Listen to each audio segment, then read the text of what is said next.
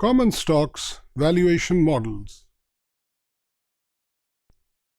We have discussed earlier that common stocks are the stocks which actually represent the true ownership of a business. And common stocks, in comparison with the preferred stocks, have a secondary right on share dividend, and also on the assets of the company in case of liquidation. यानी जब company बंद होती है तो preferred stocks के बाद common stocks को पैसे मिलते हैं, और डिविडेंड के बारे में भी ऐसा ही है, यानी प्रेफर्ड स्टॉक्स को पहले डिविडेंड मिलता है और कॉमन स्टॉक्स को उनके बाद डिविडेंड दिया जाता है. But the important thing is that the dividend of common stocks is not fixed like preferred stocks. The dividend on common stocks is dependent on various factors.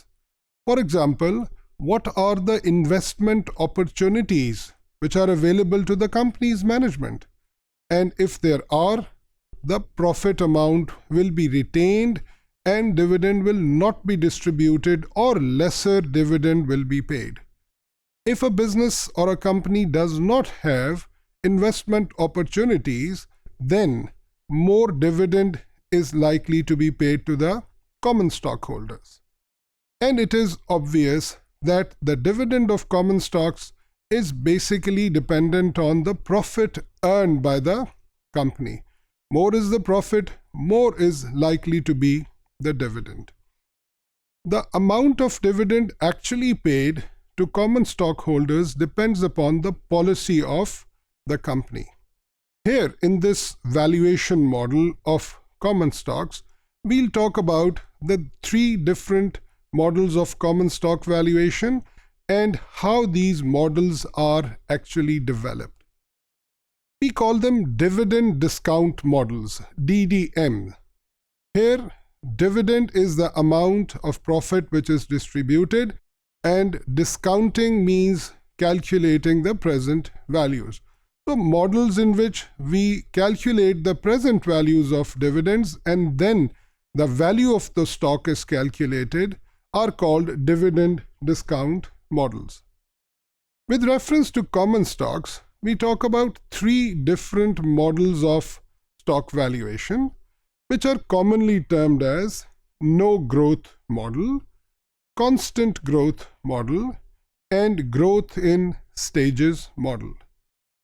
When we use the term no growth model, here the term growth refers to the growth of dividend. That is, we assume that there is no growth in dividend, or in other words, we can say that the amount of dividend remains constant. यानी जो dividend पिछले साल पे किया गया है वही इस साल पे किया जाएगा, वही अगले साल पे किया जाएगा, और हमेशा हमेशा वही डिविडेंड पे किया जाता रहेगा. That is, the amount of dividend remains constant, or in other words, we can say that there is no growth in the dividend. We'll see in the next slide that what is the reason of having no growth in dividend. The second model is called the constant growth model. In constant growth model, we assume that the dividend is growing constantly. The word growing means changing, because growth can be positive or negative, but the assumptions are that growth will always be positive in this case.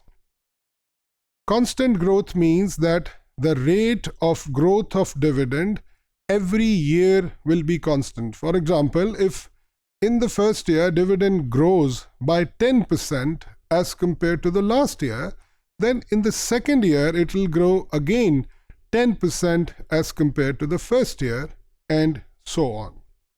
In growth in stages model, we see that this growth rate does not remain constant. यानी dividend का बढ़ना, उसकी जो growth है उसका rate constant नहीं रहता. For a specific period of time, it remains constant and then it changes. And it keeps on changing. So in growth in stages, we can have several models which may be termed as 2-stage, 3-stage, 4-stage, or many stages growth models.